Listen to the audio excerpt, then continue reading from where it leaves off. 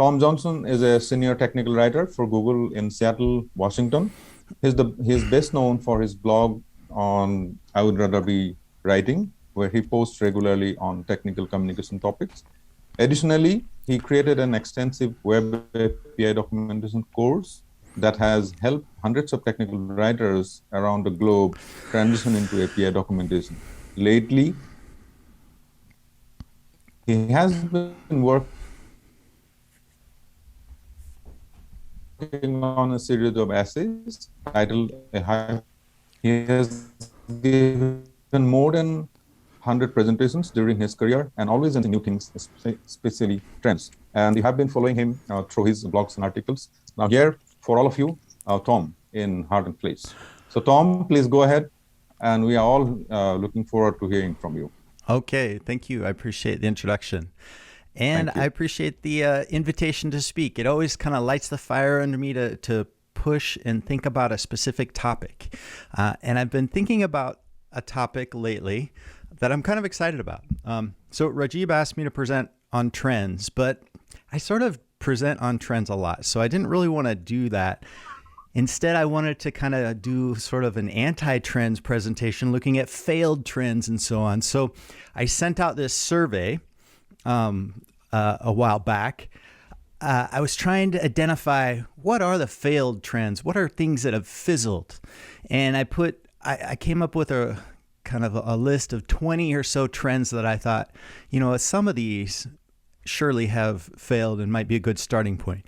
The semantic web, desktop publishing tools, wikis, chatbots, offshoring, content strategy. And to my surprise, none of them came back as totally faded. There were about 300 people who took this short little survey. It was very quick. I mean, you basically dragged a slider to one of three options, and it took 2 minutes max. But I was really surprised that nobody marked totally faded for any trends. About the only ones that kind of didn't excel, DocBook, pushing docs to social media and so on, are still kind of rated as hanging in there. And this caused me to really rethink this approach about failed trends that I wanted to pursue. I'm like, well, wait a minute. There are no failed trends. How do you make sense of that? And so I thought, well, maybe my survey was bad. Maybe I just didn't have very good wording. Maybe I lacked definitions. Some things I threw out there, intelligent content. Some things people misinterpreted, such as Stack Overflow's documentation experiment. Just people assumed I was just referring to Stack Overflow and so on. But in general, when you have 300 people who are all responding and saying, yes, this is still hanging in there, or this is still going strong, it's kind of hard to say, oh, 300 people misinterpreted this. Another person said, well, maybe people's perceptions are skewed, or they want to resist feeling that their practice is outdated. Nobody wants to say that what their bread and butter is like fading, right? So there's that, and maybe, right? This is a very informal, non-scientific, just kind of a quick, fun survey, nothing where I'm collecting actual like data of any rigor. But overall, I kind of walked away from this thinking, okay, anything that was ever a trend maybe is here to stay in some form or another. It makes sense in some context, some domain, some writing scenario, some audience. This trend is right for them. And so what happens is we have a plurality of trends. We have a diverse, plural, fragmented field of practices. So this put me in a bind about, well, what am I going to say now about failed trends? Because clearly I don't have any kind of evidence about a failed trend. So instead, I decided I'm going to take the approach and turn it on myself. I've been in the industry since 2005, and I've kind of lived through a lot of different trends through my tech writing career. I was able to kind of identify 15 major trends that I participated in from the beginning of my career until the present. And so I said, let me go through each trend and say, what is it? Why did I adopt it? Why did I abandon it or not? And what's the current status? Because at least I can say whether a trend failed for me, for my experience, and then understand why maybe that trend didn't work for me. Could just be that, oh, you switched into developer documentation and so this was no longer relevant or something. But then, and here's an overview of what we're going to talk about. Hats, wikis, screencasting, Scrum, API documentation, and so on. We'll go through each of these fairly briefly. These all link, by the way, to articles. If you want to dive into this more, come up to this URL, go to my blog basically, and you can see I've got like a whole series of articles on each of these, just in the left sidebar. I'm working my way through them. It's actually been really, really fun, but definitely if you want more detail, that's where you go. But I didn't want to stop there, right? Because that's not that exciting. It's like Tom's tour through his trends and reasons why he adopted or abandoned trends. So there's kind of a larger goal here. And it's more of an experimental part that's sort of fun. And we'll see if it works or not. But I want to use inductive reasoning to discover principles related to trends that will allow us to assess the viability of current trends. And so from these 15 trends, I'm going to try to extrapolate like 5 or 6 general principles about trends, and then use those principles to apply them to a current trend that I'm completely mixed about. And I don't know whether it's going to take off or fizzle, and see if we can learn anything from the past. Because, maybe all these trends don't lend themselves to any future learning. Maybe they're completely self-contained and singular, or maybe there are patterns. Maybe there are things you can glean to make better decisions. Okay. So it should be fun. It's a little ambitious near the end, and it will get more exciting. One simple disclaimer: I'm not an academic. I haven't been researching this extensively with mountains of data and so on, and doing lots of studies and so on. This is kind of like my high-level take on a lot of trends and Tom's thoughts. So take it with a grain of salt there. All right, HATS, help authoring tools, abbreviated as HATS, and single sourcing is kind of what I was greeted with when I started my first job as a tech writer back in 2005. We were using RoboHelp. It was kind of a very common tool back then. And the nice thing about HATS is that they single sourced content, giving you both print output and web output. There really weren't many tools out there that could kind of give you both of those outputs. And back in 2005, the web was very nascent, and a lot of people still preferred print. It wasn't just very web-centric. But at the same time, you wanted to have web content. So I think that help authoring tools really thrived in this time when people want both print and web, and you don't want to be copying and pasting from one system to another. And RoboHelp worked fine for that. I actually really enjoyed working with it. Hacking the skin to brand it with our company and so on. It was a lot of fun. But eventually I changed jobs to another job that had a much stronger community. There were a lot of people who wanted to write and collaborate, and I realized, help authoring tool is not really going to scale. So this brings me to wikis and crowdsourcing. This was another huge trend. Wikis would allow anybody to edit and contribute docs, and crowdsourcing, the idea is that you distribute the bulk of the work to the crowd. Everybody contributes a little bit here and there, and lots of hands make for light work. The role of the writer would kind of fade into the background as somebody who was a curator, who was, publisher, who was overseer, content steward. But, a lot of the content development and creation could just be done by the oodles of people in the community adding their little topics and paragraphs here and there. Well, why did I start embracing wikis and crowdsourcing? I worked at a company that had a strong volunteer community, and a lot of people wanted to kind of get involved and donate their time and talent for technology work, but a lot of them didn't have engineering skills, so they were pushed into writing, and I was trying to manage them. I would say, okay, we need you to write an article for this feature, and so on, or hey, this is some documentation that needs to be reworked. Why don't you do this? Or here's a topic. And I had at one point 60 people who I had on little index cards on boards in various stages of like, oh, this person just joined, and oh, this person's almost got their article ready, and this person is like stuck here. And I was trying to like manage it all. But one day I just kind of looked at it, and I looked at how much all the volunteers had produced over the course of several months versus how much I could produce over the same time. And it was about the same. And I was like, you know what, this is not really working. Crowdsourcing just doesn't really work. And WIKIS, although they were popular at the time, they've really faded as an external documentation tool. They've thrived internally. They have almost become the default architecture for all like internal documentation, because you do need the whole company writing docs for their teams and so on. Okay, faceted filtering was kind of the next trend in my career path. This is the idea that if you have a lot of information, you can start filtering it down based on different attributes, which is very common now.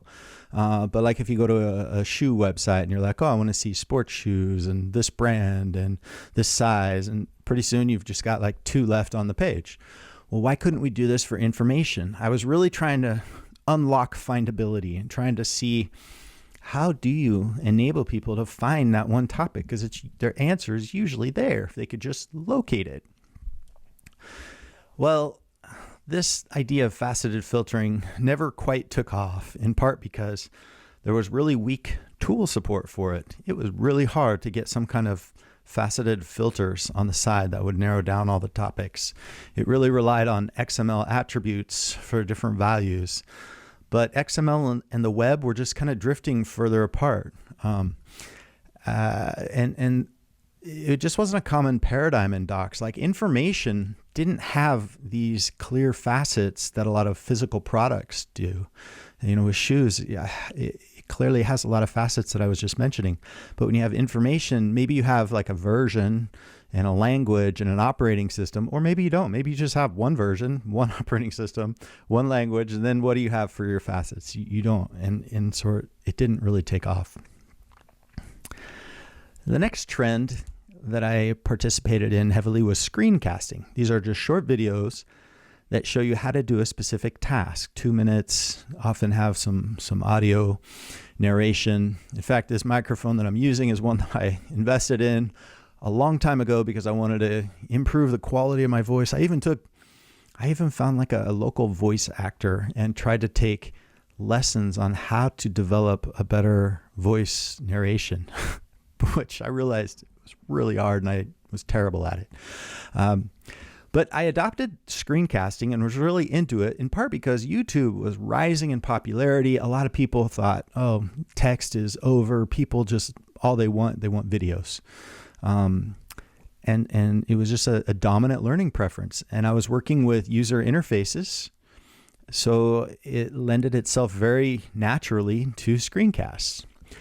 But when I transitioned into writing developer docs that were very code heavy, video tutorials didn't really work that well. I mean, you show people how to code in real time. It's kind of weird. I tried it once, and people within the company loved the fact that I made videos, but the developers, the audience didn't really respond. They didn't care. They didn't really watch them much. So I never did them after that. Now, videos are still popular, especially on sites that are teaching beginners from ground zero up, including in coding. But they're not that common in TechWriter outputs because of the high production costs, the bandwidth, the short life. Agile kind of killed screencasts, because if you change your product every 2 weeks, your screencasts go out of date really quickly, and they're not easy to update. So it's very high maintenance deliverable. Quick reference guides are another thing that for a time I was really into. I had InDesign. I was looking through magazine layouts to get really attractive 2-column, 3-column, sometimes 4-column layouts with kind of balanced visuals and stuff. And these could be printed out as PDFs in short 1 to 2 page guides. They were kind of awesome to give out as people were maybe giving a course or at a conference, or just when we launched software. Problem is, these guides, first of all, required a lot of meticulous care in a desktop layout tool like InDesign. So it was outside of the regular help authoring system where all the documentation was. And as I transitioned into developer documentation, getting started tutorials were much more common. And these didn't have to fit in 1 to 2 page guides. They didn't fit in fancy columns or layouts. You just had often little code samples and steps, and it could be linked to from the homepage of your docs. Now, I think quick reference guides and getting started guides are really common for hardware products. It's almost the only thing that users read or seem to read. It's the only thing that gets included in a lot of products, and they send you online for the larger ones. So still popular, just not so much in developer docs. I also was really into WordPress, which is a web content management system, or CMS. In fact, I was a WordPress consultant for 5 years, and I would work on websites, including conference websites like LavaCon and others. And I, actually had a whole side hustle doing WordPress consulting. I started out adopting it because I was like a webmaster for an STC chapter, moving their content into this new site. And hey, WordPress looked really easy. It was pretty incredible that you could make any kind of website you wanted with the vast library of themes, plugins. You just kind of just activated them and did some simple configuration, and man, you had like a website that looked professional. WordPress has continued to remain popular. I think it powers like 43% of the internet in terms of the websites on there. And I listened to a recent interview with the founder, Matt Mullenweg, and he believes that in 10 years' time, 80% of websites will be powered by WordPress, which is insane, right?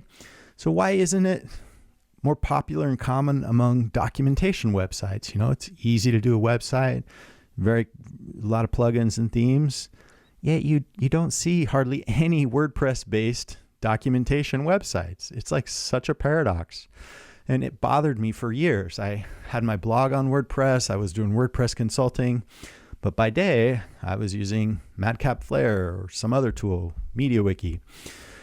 Well, the reason WordPress never took off is because it's based on Linux, Apache, MySQL, and PHP, known as the LAMP stack, which is pretty much rare in enterprises due to security limitations.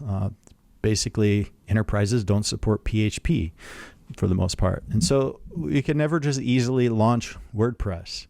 I did have an opportunity to use Drupal at one company, which is highly similar, but even more extensible. But it didn't work out very well for docs. It was very hard to update things, especially when you wanted to make a single name change across files. It would you'd have to do a database query, and if you messed it up, suddenly you saw a bunch of weird characters, and you could very easily screw things up for your whole site. Now, Drupal is still very popular for developer portals, and especially when you want to have a place where users go and they log in and they can configure things, it still works really well. But as far as your bread and butter documentation tools, you don't see it too often. Next on the road here is DITA, right? I can't leave out DITA, Darwin Information Typing Architecture. It's an XML schema many of you are familiar with. Very common in large enterprises when they want to standardize docs. You have specific elements you can use, rules about nesting, what elements can be used with different topic types, and so on. And I adopted it because I was frustrated using tools like Drupal that simply weren't designed for tech writers. Every challenging scenario we had in Drupal, I was like, man, I wish there were a tool that would just accommodate what we're trying to do, whether you're trying to output PDF or you're trying to translate something, you're trying to add metadata. Or, I mean, it seemed like DITA was finally a language and a whole ecosystem of tools that were designed specifically for tech writers for our scenarios, and it would just like handle them in a natural way. So I was really excited about it. Drank the DITA Kool-Aid for a while as I did a pilot and kind of experimented and learned DITA. And I was right in the middle of helping a company choose which tool we would use and migrate all of our content to when somebody introduced me to Jekyll, a Docs as Code system that used Markdown. And in this particular scenario, the documentation I was working on was developer documentation. And one of our developers was contributing content in Markdown to us. He would give us a Markdown file of content. And I was like, wow, well, if we ever want to collaborate with developers, we're going to have to use like a language that they're going to write in. So never really pursued DITA as the tool. It also would have required us to invest in a large CMS, a component content management system, because that's usually how you manage DITA projects. Not always, but and those are not cheap. So that would have required quite an effort. The current status of DITA, it's still hanging in there. It's very common in big companies because when you have thousands of topics or hundreds of guides, hundreds of writers, you need a system to manage all this content. And that system is going to require structure. And that structure is usually going to be XML. And if it's XML, it's usually DITA, sometimes DocBook. So it's hard to get away from XML structure when you want a system to manage all your content. And if you don't have a system to manage your content, you just have like Git repositories, then you usually have to build and roll your own tools, which can be even more complicated and challenging. All right, next, I dabbled in content strategy. This buzzword kind of appeared on the scene one day with a popular book by Christina Halvorson, and it sort of gave a name to this practice that a lot of people were doing. They were doing a lot of strategic analysis around content and planning and trying to look at this larger picture about messaging and the goals around content, all the meta work around writing. You know, if you take away the fact or take away the act of actually writing documentation, all this other work that goes into this planning and strategy around documentation, what do you call that? Well, you know, previously I think people were just consultants or, you know, maybe strategic directors or something. But I think content strategy was so popular because it suddenly gave a name to all the strategic work that people were doing. And especially if somebody wasn't a writer, what were they doing? Well, they're doing content strategy. And for a while, I wanted to kind of recognize this strategic aspect of our work and tried changing our doc group's name to Information Strategies and Design. You know, I was like, yeah, we're not just writers. And it seemed like writing at the time was sort of getting a bad rap. It's like writing is a commodity. You can just outsource that. It's not something that is a unique skill. Anybody can write, you know, but strategy, that's sexy, you know, that sells. That's something that like we want to put on our resumes and our job titles.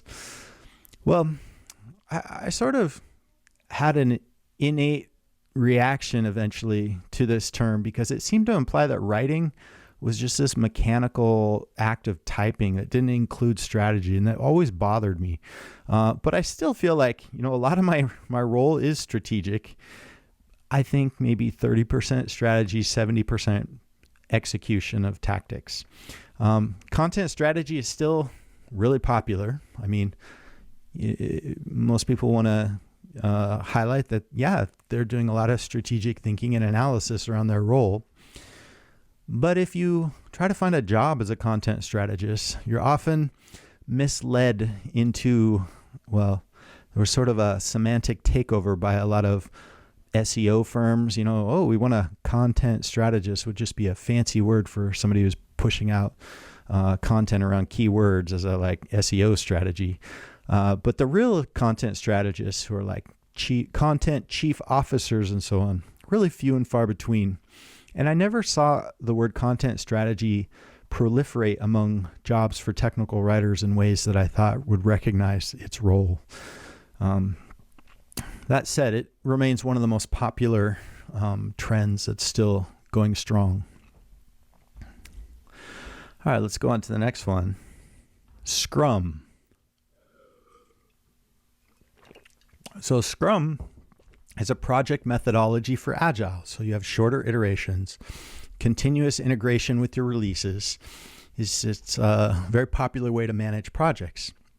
And when Scrum became popular, at first I was like, what are all these things? These engineering teams have stand-ups and sprint demos and planning and retrospectives. And it was kind of foreign to me, and I didn't understand why they were meeting or when. But one day I was reading through the book on Scrum by Jeff Sutherland and suddenly understood its philosophy. You wanted to check in regularly with customers to make sure that what you're building was on track, was what they wanted. You didn't want to wait 2 years and find out that, oh crap, we veered off course months ago and we built the wrong feature. And when I learned how Scrum works and the mechanics of it, it allowed me to kind of plug into engineering teams. I could see, oh, they've got their sprint board, and I see when their release is, and I want to see when the demos are going to be, and I want to get involved in the retrospective to see what didn't go right or what went right and so on. And it really allowed me to work much better and fluidly with engineering teams. And many times I tried to plug in myself to be a member of Scrum teams, to be treated as one, but it never really worked. Partially allocated resources don't seem to fit into the model of Scrum very well. As a tech writer, you bounce around among 3 or 4 different Scrum teams. You can't attend all these meetings without just diluting your bandwidth for any kind of productive work. And I tried making documentation Scrums, which kind of work, but in reality, most sort of project methodology for documentation tends to fall more in line with Kanban, which is kind of a prioritized to-do list of things. Not really much of a methodology, in my opinion, that like Scrum, but it still is very common. Most of the tools for issue tracking and project planning kind of bake these principles of Scrum and Agile and Kanban right into their interfaces. So, understanding that helps you understand how to work those tools. Another trend, wow, I feel kind of like I'm going down memory lane in a lot of ways. There was a trend to blend TechComm and MARCOM. And what this meant was people recognize that, hey, you know what? Documentation isn't just something that you give people post-sales after they've bought a product. People are actually looking at docs as a way to evaluate whether they want to even buy the product. And people want to see, how hard is this thing going to be to configure? What are the requirements? Is this a 200-page installation kind of a process, or is this a 2-page thing? And so TechComm is actually a marketing asset. Marketing also evolved to embrace this idea that you can't just throw sales literature at people. You have to build relationships by giving them helpful content. A great example of this is the Content Components podcast by Hereto, formerly EasyData. It's a podcast, and it's got really helpful info. They're not just trying to sell their products. You barely even know that it's produced by somebody who's a leader of this company.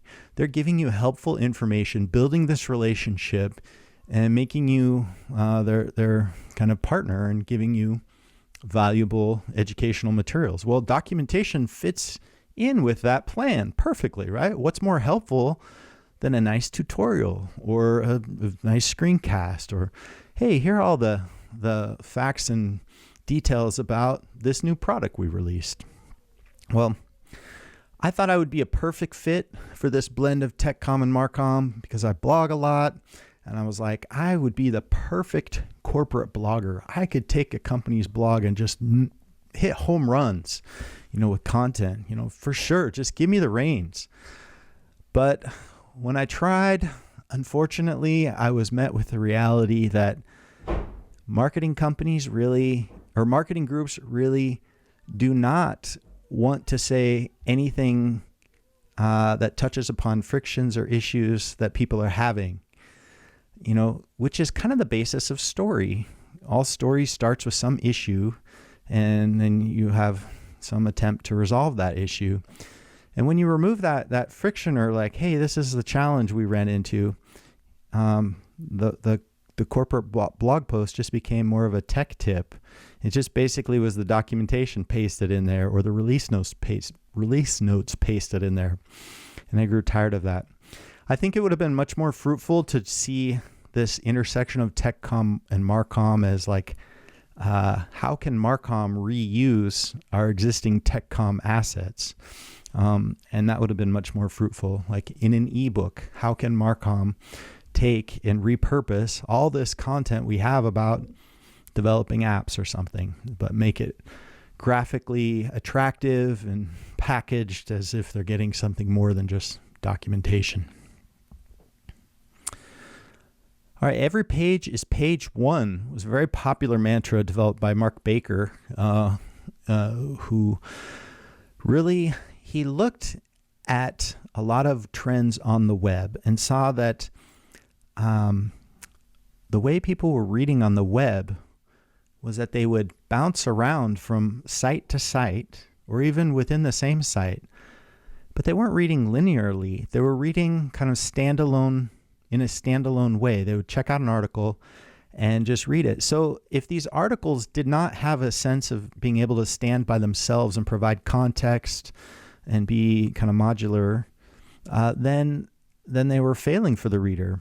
Around this time, there were a lot of people who were trying to move their print-based manuals onto the web. And so they would kind of look through and say, okay, how about at every heading 2 level, we just go ahead and make a new topic there. We're going to burst it at that breakpoint and then just generate that out onto the web, and people can kind of look at the table of contents and trace through the path to actually stitch together any kind of coherence. Well, people don't use the table of contents very often on websites. It's there. It's comforting psychologically to see like a whole and get a sense of how big something is. But people aren't like expanding folders and clicking down and kind of making their way through docs that way.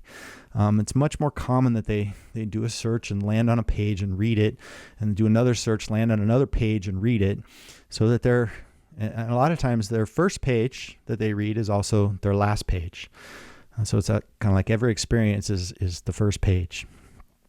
Well, I didn't abandon this. I think in the developer docs world, developers really prefer lengthy pages because they preserve context. They allow devs to use the Control F and so on. And I think as web patterns become more familiar and second nature to us, we just naturally incorporate that into the way we write docs as well, creating more standalone articles that don't rely on a heavy table of contents to navigate. Okay.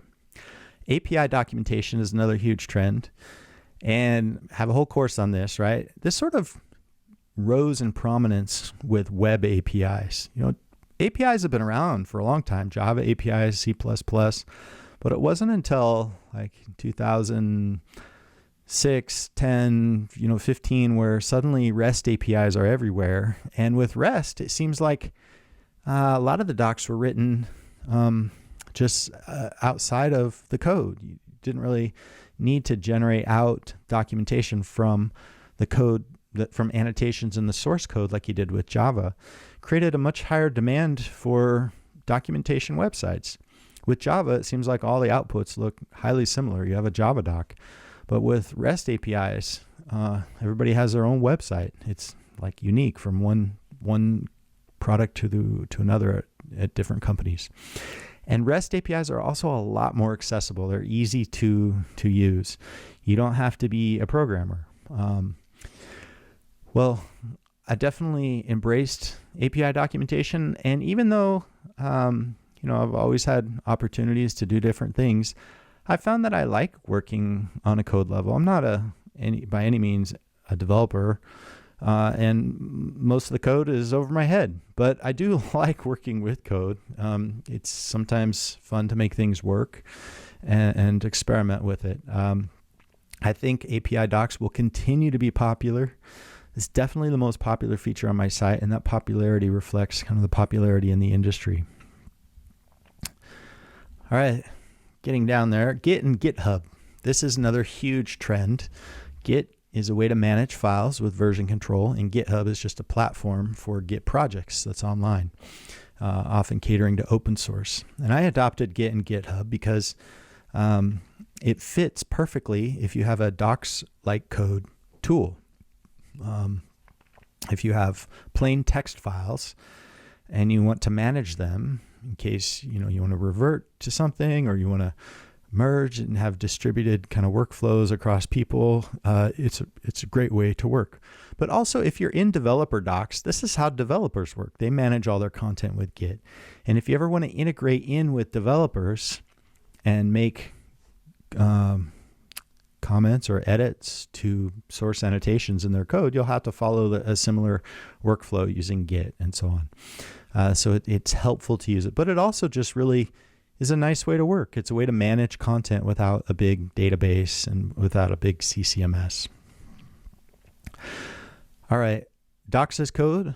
I've already alluded to this, but it's basically using the same workflows and tools that developers use to write software code, also for documentation. It's very developer centric.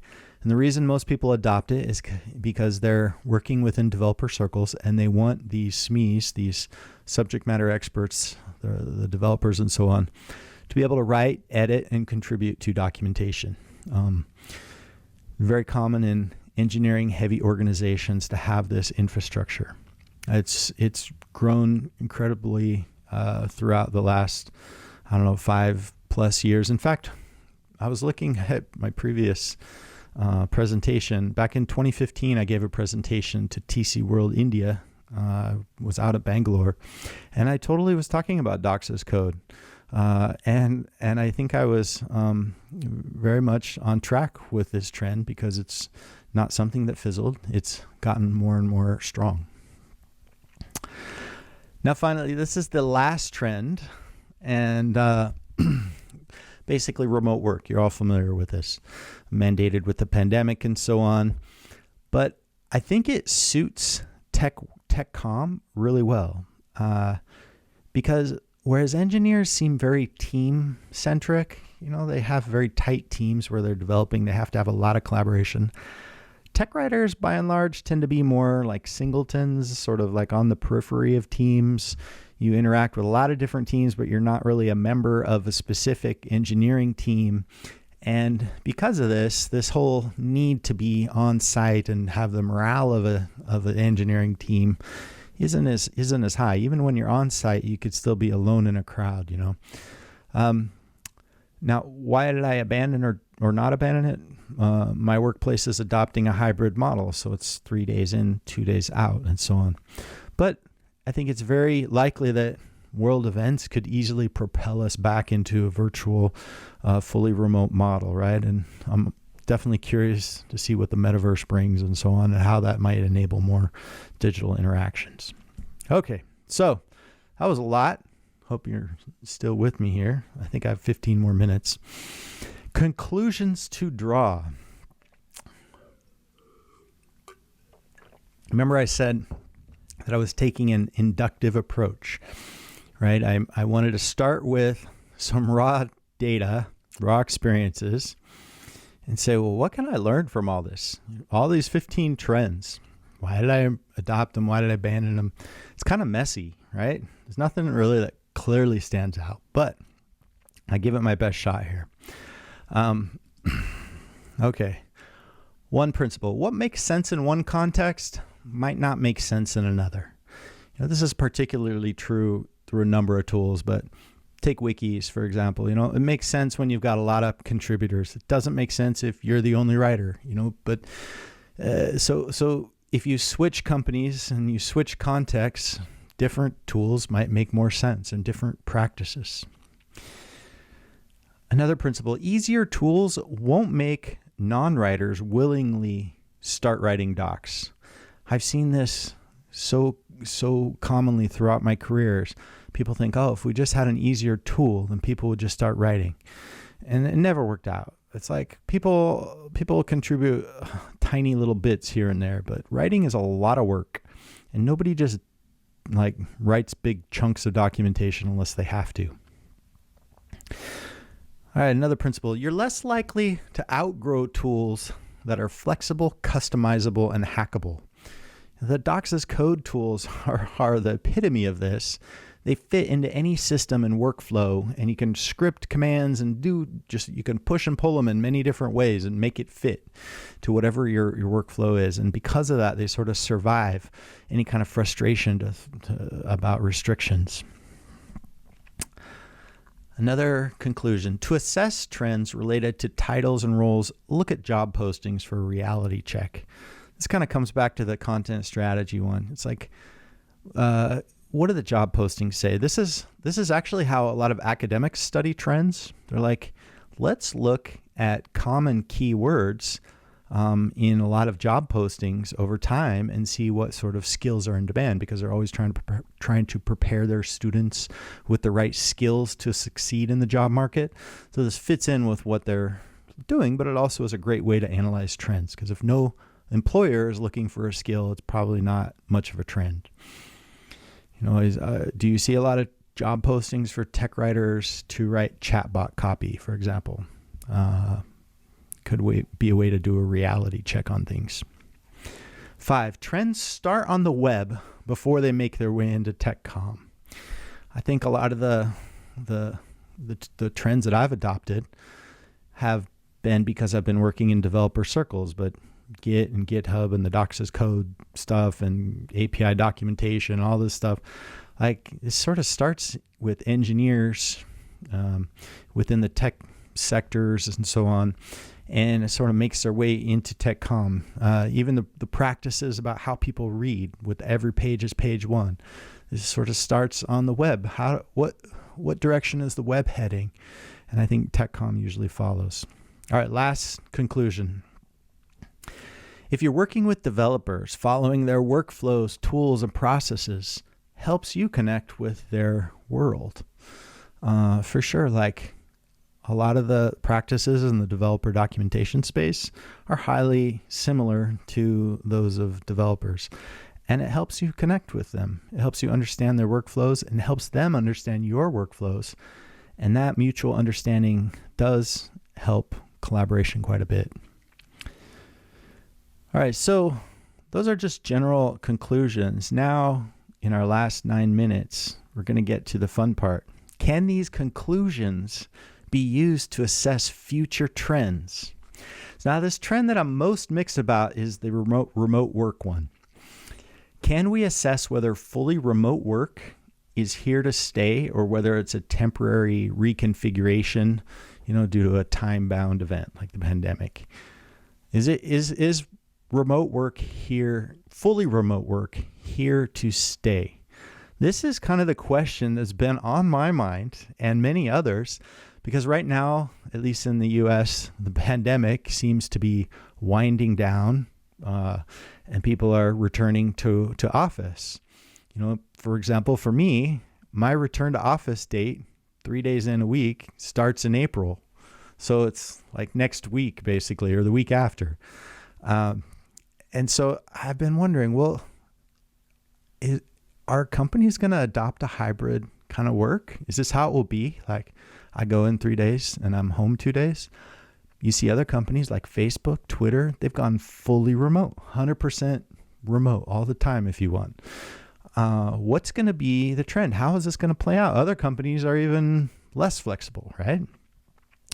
So the big question, and the extremes of remote work seem very pressing as well. I just barely touched on this in that previous slide, but imagine the extremes of 100% remote work. You source talent all over the globe.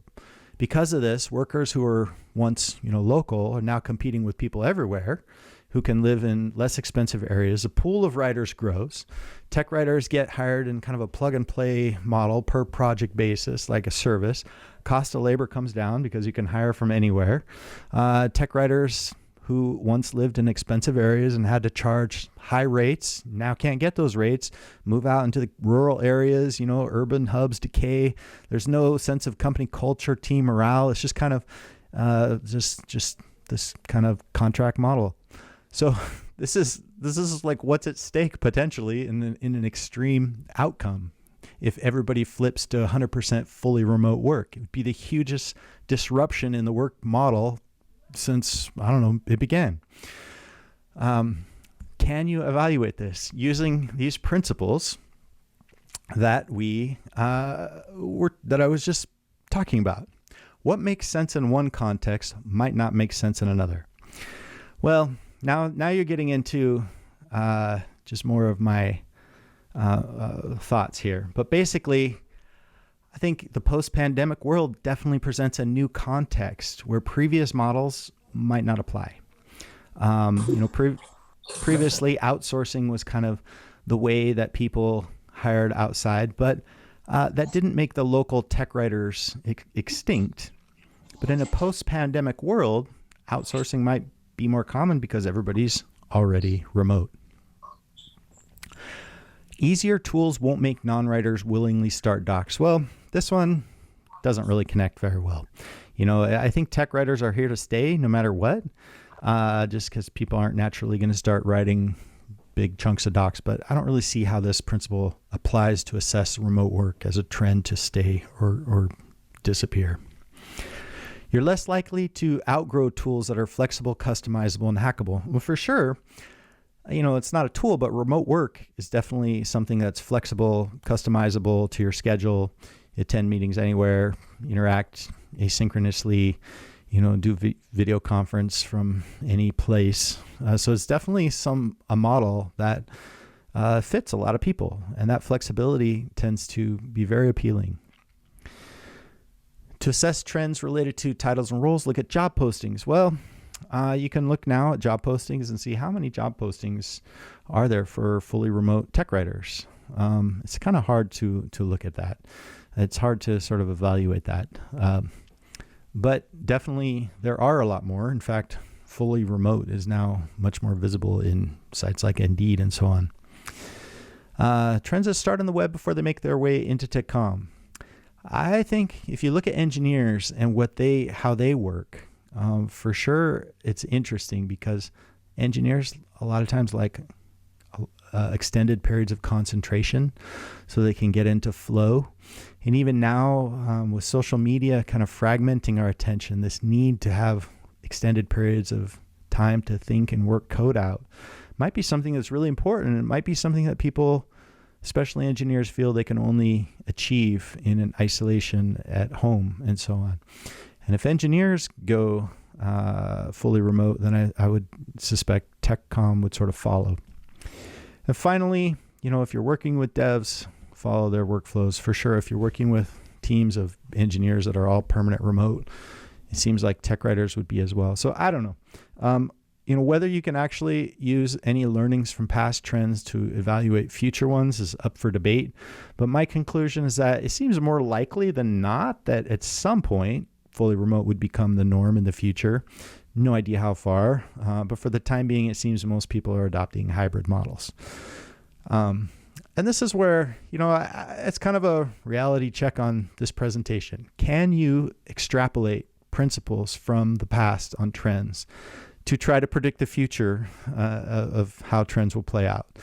And in some ways, sort of not, right? It's like, it's really hard to know because so many things seem to be unique. But at least this gives you something to think about, and I've presented a few different ideas about how things could play out. But my takeaway, at least in this last example, is, if things do flip fully remote, figure out how to work productively, how to avoid burnout, Zoom fatigue, social isolation, mental anxiety, lack of productivity, all that stuff. Because even if it doesn't really have to be something you apply from a work from home model, it will certainly make you more productive in the workplace. And this brings me to the end. And I'll take any questions people have. I think my time is kind of out as well. But If you have questions, reach out to me at tomjoht@gmail or Tom Johnson on Twitter or my site. I'd rather be writing. I have a contact form. And again, I've got a lot more information about all these trends I talked about. Feel free to kind of dive into them. But thank you. Appreciate your time and attention. And it's been fun talking about this subject with you. Hi, Tom. Thank you so much for your session. I'm sorry I wasn't there to introduce you, but there are a couple of questions on the chat window, and I figured maybe we can pick up one or two in the interest of time. And others who've posted their questions, like Tom mentioned, please reach out, or we can collate the questions and Tom send it across to you, and then, we can basically then circle back to the people, right? Do I have 5 just a minutes couple to go? of them. Yes. Can I go through some? Get the first question, which is, what is your take on doc as code and headless CMS trends? I get people asking me a lot of questions about what tools I recommend for docs as code.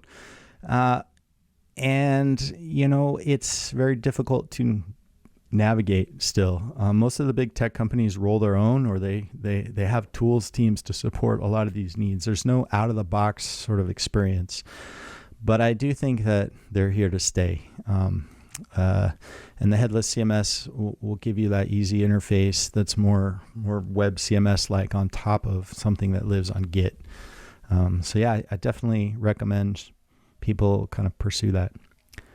All right, can I just read the next one? Yes.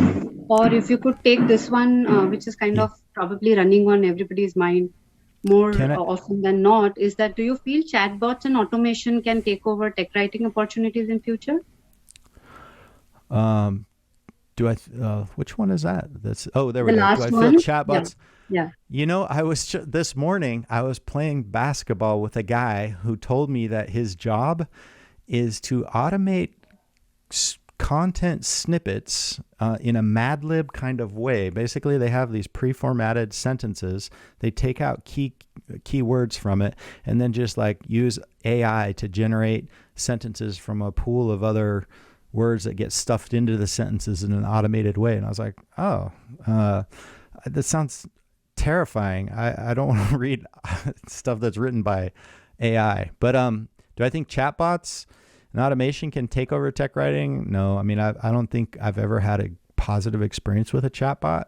So maybe in some contexts they could, but I don't. And ultimately, they're just nice search engines anyway. Let me ask some of these. But then again, some other people are much more into chatbots, so that's just my take. Let me read another one. I'm new to tech writing and getting a feeling that in order to be successful, one must learn to surf these tides of trends skillfully. What would you say? I wouldn't worry too much about it. Worry more about just building your skills. Trends come and go. Well, they don't really go. Trends come and go within your company, but it's not something you have to study out really. I'm new to. That's another same question. Scrum and writers shared across teams is a reality in most companies today. Any suggestions on how writers in such situations can make the most? Just understand the mechanics of Scrum and plug in where you want. Figure out how they manage their tickets, where they keep them, their sprints, their iterations, their roles, and so on, and use that understanding to kind of work more optimally with them. What is your input on DITA as a technical writer? Is it the latest trend? Do we really need to learn to survive in this field? To survive in this field, by no means. I mean, DITA is used in large enterprises, which actually might be pretty common if there's a lot of more multinational companies in your area. I don't think it's something to worry about. Usually DITA really simplifies and restricts what you can do. And if you're in a system where it's used, surely you can pick it up and make it work. I would recommend, though, that if you do learn DITA, if you can stay away from the specialized topic types, you'll have a much better experience. You won't be frustrated by the information model. Can I use WordPress for my web hosting of my docs? If not, is there any platform that I can use to host my content, publish my documents directly? I mean, you can use WordPress, sure. But usually if you're working for a company, you're gonna you're not going to have WordPress available. Like, if you can, fine. It's not bad. It's just not as easy. It's not very common. Let's see. What else? What's your take on the future of API docs and the role of tech writers? Do you think software could take up automated API documentation? Well, the reference part is usually just one aspect. It's important, but it's not the full extent of it. And there's always a lot of documentation that has to be written. I think the future of docs is API documentation in some way or another. It's like such a huge shift in the industry because so many companies now, their main product is information. They have an API. It's how they get information out, and it's where a lot of the jobs are. Definitely recommend it. All right. Thanks for the session. You took us down memory lane. Question I have for you: how to succeed when writing contents for every page is first page model. To write every page as page one, write longer topics, include a section at the top that kind of sets context and links out to topics they would need to. Assume I put links all over my topics because I just assume people navigate in line and so on. And try to make it more standalone as possible, if possible. Which document output, PDF or web, will be a trend for the future? Definitely web, but PDF is still actually quite popular.